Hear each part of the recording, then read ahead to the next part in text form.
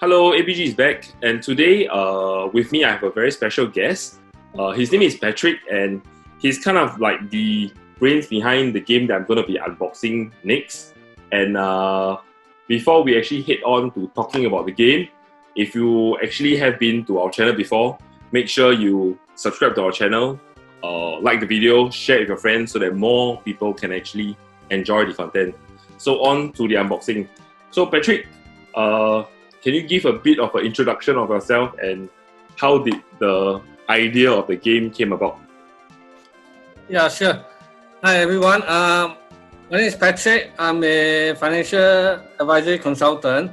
Okay, the reason why I came up with this game is because I realized that financial games now available in the market are usually very long. You play several hours and you find yourself still playing. So I was thinking, financial literacy game or financial game can be made more interesting and you do not have to play for so many hours. So this game is created for the purpose of fun learning, and you can finish the game in 1 hour and get the thrill and excitement of what the financial world can offer you. Okay, so what the financial world can offer you.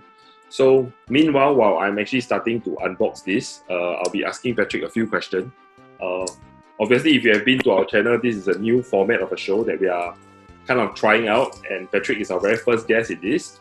So, Patrick, this game that we are looking at, who do you think will be the target audience who you feel will enjoy the game the most?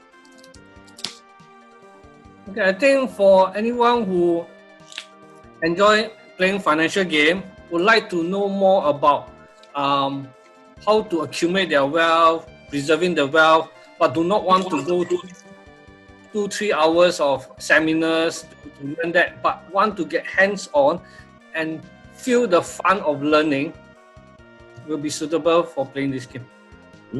Okay, so as you can see, I already removed the plastic sheen, and alright, so inside the game, you actually see a very small, how many pages is this? 12-pager rulebook, I guess. Yep, but good thing the rulebook is small. You have a few coins that you actually get to punch. So I'm assuming this will be kind of like the currency of the game. Yes. Yeah. Yeah. So is the game determined on the player having the most money at the end winning? Yes. Yes. Okay. It does. Yes. So purely in that realm of financial game. And well, I see 2 decks of cards and they look quite a bit different. So I'm just going to be opening these. So within the game, what are some highlights or some things that a player can look forward to be experiencing when they're playing the game?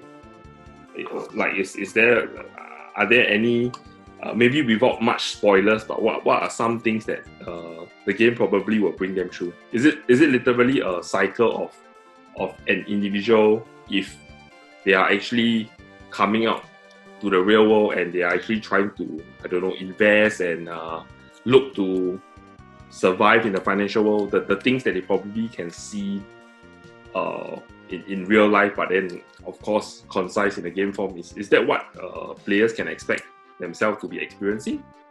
Yeah, the player will start with choosing their dream. They because in all of us we got certain dream that want to achieve, and most of them to achieve this dream we need some financial resources. So this game is about how you pick the right financial asset to achieve your dream, but at the same time you are deal with all kinds of challenges, be it market condition, be it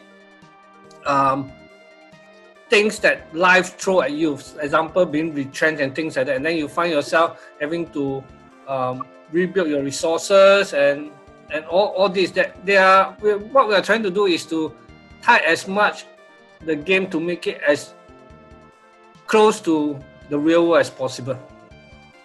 So Patrick, I haven't obviously looked through the game before because I just literally unboxed the game. So I see just from first glance that there are some repeated cards. Does it mean that each player actually start off with a similar set of cards? Okay. Basically, there are in this game there are basically four types of cards. Four types of cards. Yeah. So each player will be given begin with 7 cards that is made up of asset and action cards. So from there, so he could randomly he could get all 7 asset card or 7 action card. So Or which means players don't actually start with the same 7 cards. It's drawn from a deck? Yeah, drawn from a deck. So this round you may have one set of cards, but let's say you play a second round, you will have probably a totally different set of cards. So are the other players. Yeah, and that make the game. Each round you play, you will get different outcome. You get different scenarios. Okay, so which means that it's because I do see that from the back of the cards there are a few kind of backing. So yes. There is obviously I don't know if it's obvious in the camera. There's obviously this kind of blue backing. Yeah. There's this one with the player in the steps. There's one with the bull and the bear. So I'm assuming this is like what's happening in the market. Yeah. And there is another kind of card which says score guide. But I'm sure this is a player aid that each player will just take. Yeah, this one is to aid the player when they play the game. So to know how is the process to go about playing the game. Because to be honest, it's not common where the player aids are actually slot in between the whole deck of cards here and there. So that's why I thought each player maybe start off with an identical set of cards. Because I thought like maybe like this is one set that player 1 has, this is another set that another player will start off with. But I guess that's not the case. Yeah, not the case. That actually those player guide and the score guide should be separated. So we should be removing all this before we can start. Yeah, yes, correct. Okay. So if let's say in your words, what is the fastest way when I actually unbox the game to starting to play the game? What do I need to remove from here, or what do I need to shuffle in? Do I look for cards with the same backing and putting them all together? Yeah. Okay. Actually, if you can see the blue card are actually the dream card. So what you do with the game is you start the game by selecting 2 dreams from the blue color dream cards. With me, I should also be removing the dreams from the... Yeah. And then the bull and bear is the market card. So that one will also be removed. So only the green card you will... Shuffle all the green cards together. Yeah. One pile. Together, and then, yes. Okay, so let me just very quickly have one whole pile of green cards. Hope I'm not missing anything. And then from the other pile, so I should also be removing the bull and the bear card. Yeah, correct. So remove the bull and the bear card.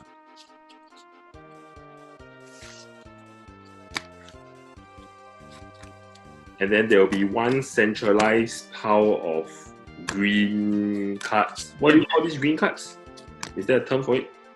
Okay, so you have your 54 action cards. You have your 10 insurance cards.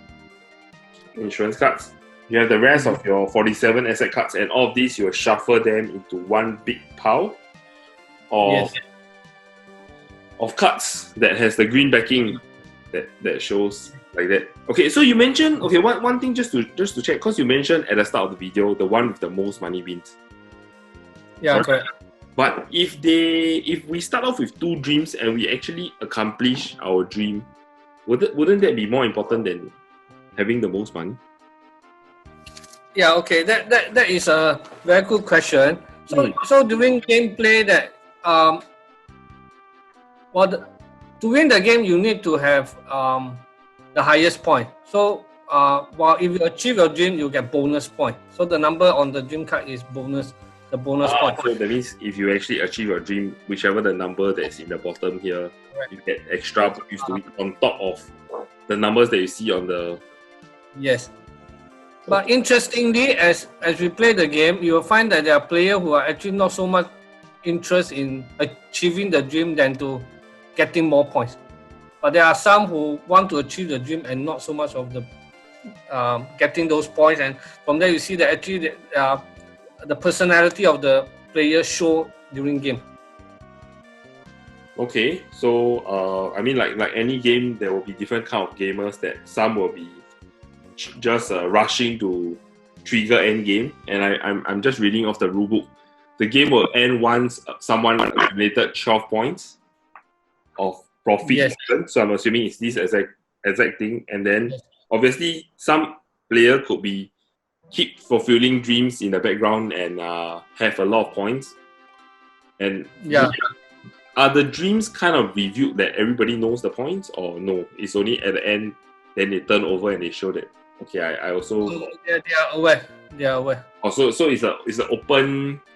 It's kind of an open world information that people will know that the points have been accumulated. There will be no surprises in a way that they... Yeah, the only surprise is because the 7 card or whatever number of card that you will be holding, other player won't know.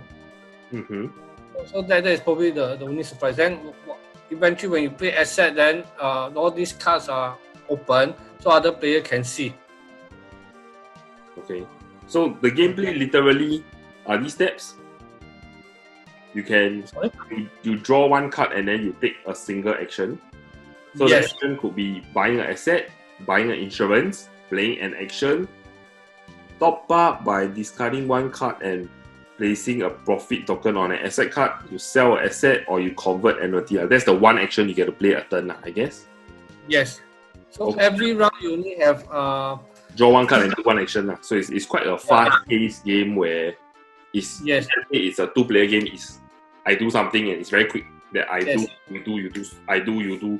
So the downtime in the game is pretty low. There's not much time where a player just sits there and ponder what they do in the game. It's unlike... they may, because they may want to decide if I play this card, what would the corresponding action that the other player may take. And the game will be most interesting when you have about 4 to 5 players. That's when there's a lot of fun, a lot of interaction comes in. So that means even though the game is for 2 to 5, it will be best played 4 or 5. Yeah. In terms of the best outcome. Yes. Okay, so I mean, just in case we haven't mentioned this, the game plays 30 to 60 minutes. It's meant for age 10 and up, and it's meant for 2 to 5 players. But as you just heard from Patrick, ideally 4 or 5 player, you will get the maximum game value from Affluent. Yes. So okay, Patrick, before we end the video, any final words for people who are considering the game, to buy the game? Anything you want to share to help them decide whether they want to get the game or not? Okay, if you are looking for some fun time with people around you, and to enjoy the thrill of playing a financial game, but you do not want to spend so many hours with in the game, because most of us are busy, whether you are in school or whether you are working adults, then you should try Affluent. Enjoy the thrill and fun of playing financial game, but it just takes you up about an hour. Okay, yeah, so I mean, like what Patrick accurately have mentioned, most times when I personally play financial games, it just takes too long, and even if the gameplay is interesting, the lengthy game time actually put a lot of people away. So like what he mentioned, if you are looking for a game that you want to get involved in, quick, fast pace, because like what we have mentioned earlier, one turn is just drawing a card and taking an action, and then you will just keep moving to and fro among the players. The game actually moves on pretty quickly, and there are actually relevant and sufficient event cards to offer surprises along the way. So if that's what you're actually looking for, then Affluent is your game. I'll put a link below to the Singapore Board Game Design Shopee store, so you can actually find where you can actually purchase the game. The only caveat is currently it's only supported in Singapore. I'm sure we are trying to find more ways to actually sell this to many other parts of the world. And if you are watching this from some other part of the world and you are not sure if you are able to get this game, maybe leave a comment below. We will try to see where you're located and if Patrick can actually sell this game over to you at wherever you're located. Yeah, definitely. Yeah, so we've come to the end of the video. If you like what you're watching, please do like, share with your friends, subscribe to us below for more board gaming content. And we'll see you in the next one. Thank you for watching. Thank you. Thank you.